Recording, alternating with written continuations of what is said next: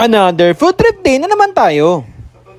Guys, nandito ako ngayon sa may Espanya Boulevard at nagulat ako kasi sa kahabaan nito guys, may nakita tayong street style donuts.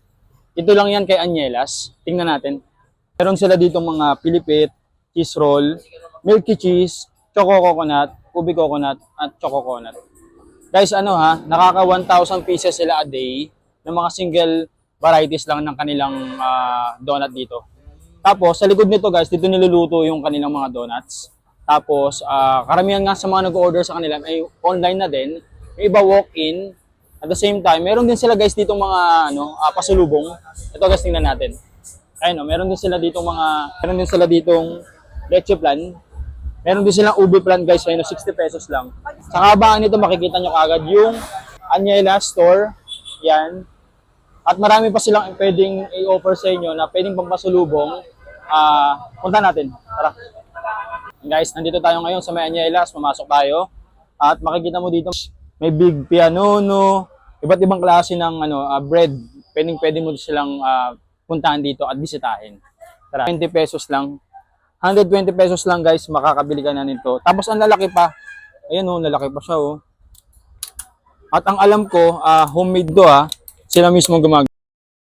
At talaga nga namang pinipilahan si Ate Anielas ng mga parokyan. Sila nga ang talagang nagpaumpisahan ng mga street style donut dito na napakalalaki. Sa sobrang successful nga nito, nakapagpatayo na rin sila ng mga pasulubong area. At dito nga, in-offer na rin nila at iba't ibang klaseng pasulubong item. Kaya nga na-witness ko, sobrang sarap nga, ang dami na rin nilang mga resellers. At isa nga itong leche plan sa kanilang mga fast-moving items. Fast-moving talaga guys, as in literal, kasi sobrang sarap. Sa murang halaga nga, makakapagnegosyo ka na. Kasi nga naman, hindi naman nakakayang i-offer, talagang napakasasarap talaga. At dahil malalaki ang servings at very affordable, ay talagang isa na rin to sa mga tagapagsalba ng mga gutom ng mga estudyante na malapit dito. At yung iba pa nga, ginagawa na nga rin nilang negosyo to, At na-witness ko nga din talaga yung isang estudyante dito na talagang bumibili ng 2,000 pieces every day para ilako doon sa kanilang eskwelahan. Guys, nandito ako ngayon sa may Anielas, yung nagtitrending ng mga donuts. At nakakita natin si Sir na bumibili ng 2,000 pieces ng donuts at gagamitin niya yon sa eskwelahan nila para sa pagpaaral niya. Interview natin siya. Sir, saan mo ginagamit yung yung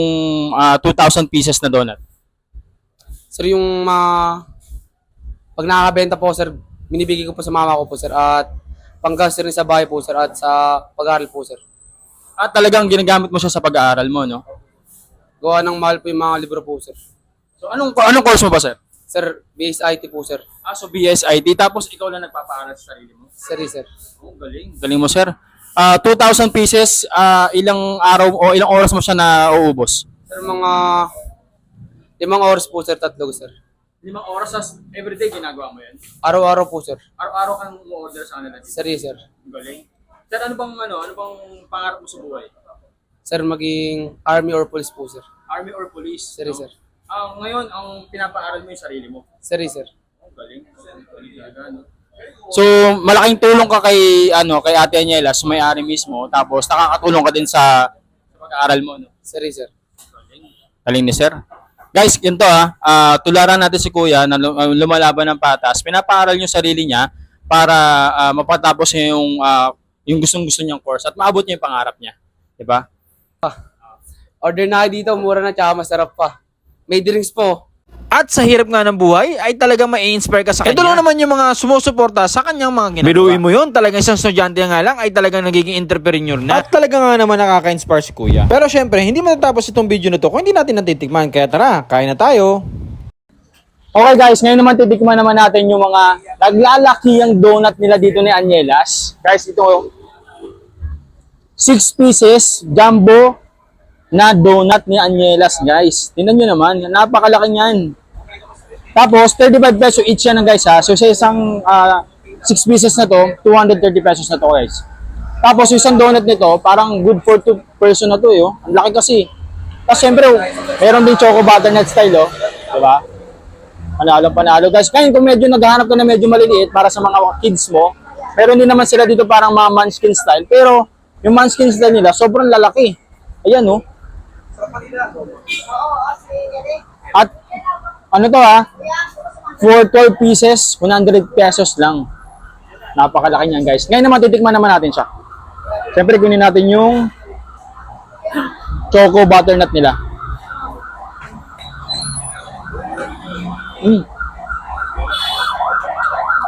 Panalo to ha.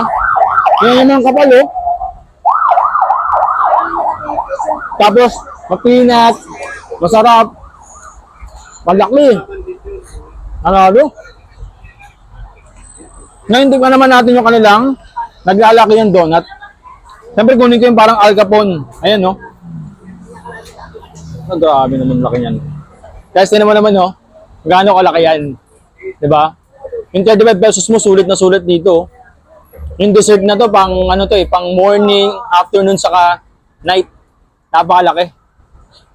Diba? Panalong panalo. Ayan, no? Tingnan na natin, guys. Ang lambot ng tinapay. Ang creamy. Yung sugary ano niya, ang sarap. Panalo to, guys. Ang sarap nito ha. Tapos may ano yan ha. May ano ba to? Nuts. Sarap po. Isa pa. Panalo, guys. Guys, kaya kayo dayuin niyo tong Anyelas dito sa Espanya. Hindi kayo magsisisi, guys, promise. Okay, guys, titikman naman natin yung Anyelas Leche Plan. Kung talaga bang masarap talaga siya. Yan. Guys, makikita nyo naman dito ha. Medyo makapal talaga siya oh. For 60 pesos. Parang sulit na sulit sa kapal eh. Tapos makikita mo rin dito, guys, na hindi siya mabubbles. Pinang-pino yung pagkakagawa dito. Kasi medyo may pihikan din yung pagkakagawa dito, guys. Eh. Pag medyo mabubbles, ibig sabihin parang hindi pulido yung pagkakamix. So, ganun sa Leche Plan. Pero makikita mo dito talagang pulido talaga siya. Walang bubbles. Oh. Diba? So, ngayon tikman naman natin siya. Uy, guys, creamy to oh. Pagkakahiwa ko pa lang, creamy na eh. Ito siya oh. Yan. Yung consistency, very thick ha. Masarap, milky, creamy, kumpletong-kumpleto. Kaya pala talaga binabalik-balikan to sa atin Anyelas eh. Tapos, yung arnibal, sakto lang. Ang sarap. Panalong-panalo to, guys. Gantong-ganto yung hinahanap kong Leche Plan kasi very pihikan ako sa Leche Plan eh. Mayroon akong mamantayan pero ito na-meet niya lahat. Feeling ko, lahat na nabibilan ko na yon, baka kaya Ate Anyelas kumukuha. Guys, nagre-reseller sila, nagdi-distributor sila dito. Pwede kayong Pag-resell ba, pumunta magaling dito. ganito? Kung gusto niyo magnegosyo, puntahan niyo tong Anyelas. Dito lang to sa may kanto ng Espanya Boulevard, Sampaloc, Manila. Vicente Cruz, tabi lang siya ng Mang Inasal. Alam mo, tagal na rin. Pagkano benta niyo Guys, pa ang ganyan? sarap, promise. 140 pesos. Yung consistency, guys, ang sarap talaga. Mura nga. Okay. Tapos binibenta rin nila. Ano, Okay, no? sarap talaga, guys. Guys, ito papatikim sa atin ni Ate Anyelas yung kanilang Graham de Leche. Bagong produkto nila. 130 pesos lang yan, guys, sa atin ninyo. Ayan o. Ang kapal, di ba? Tikman natin, guys, ha. Ito yung kanilang Graham de Leche ni Ate Anyelas. 430 pesos isang tub to, ha. Ayan o. At frozen yan ibibigay sa inyo, guys. Makikita mo naman talagang matigas pa siya, tapos nag-yellow pa. Tikman natin, ha. Testing natin. Ayan oh, matigas. Uy, creamy. Hindi tinipid to sa ano, sa gatas ah. Sa kondensado oh. Ano naman oh. Diba? Panalo. Tikman natin.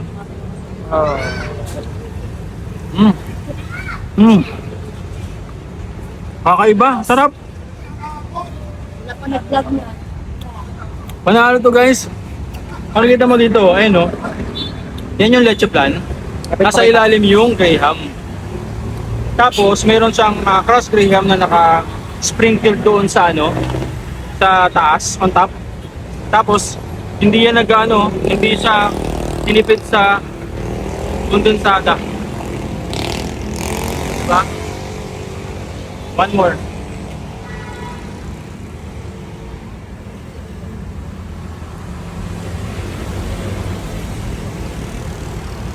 Sarap.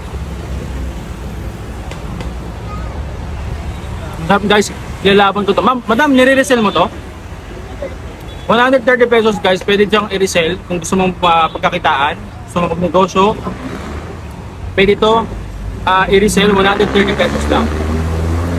Ito na.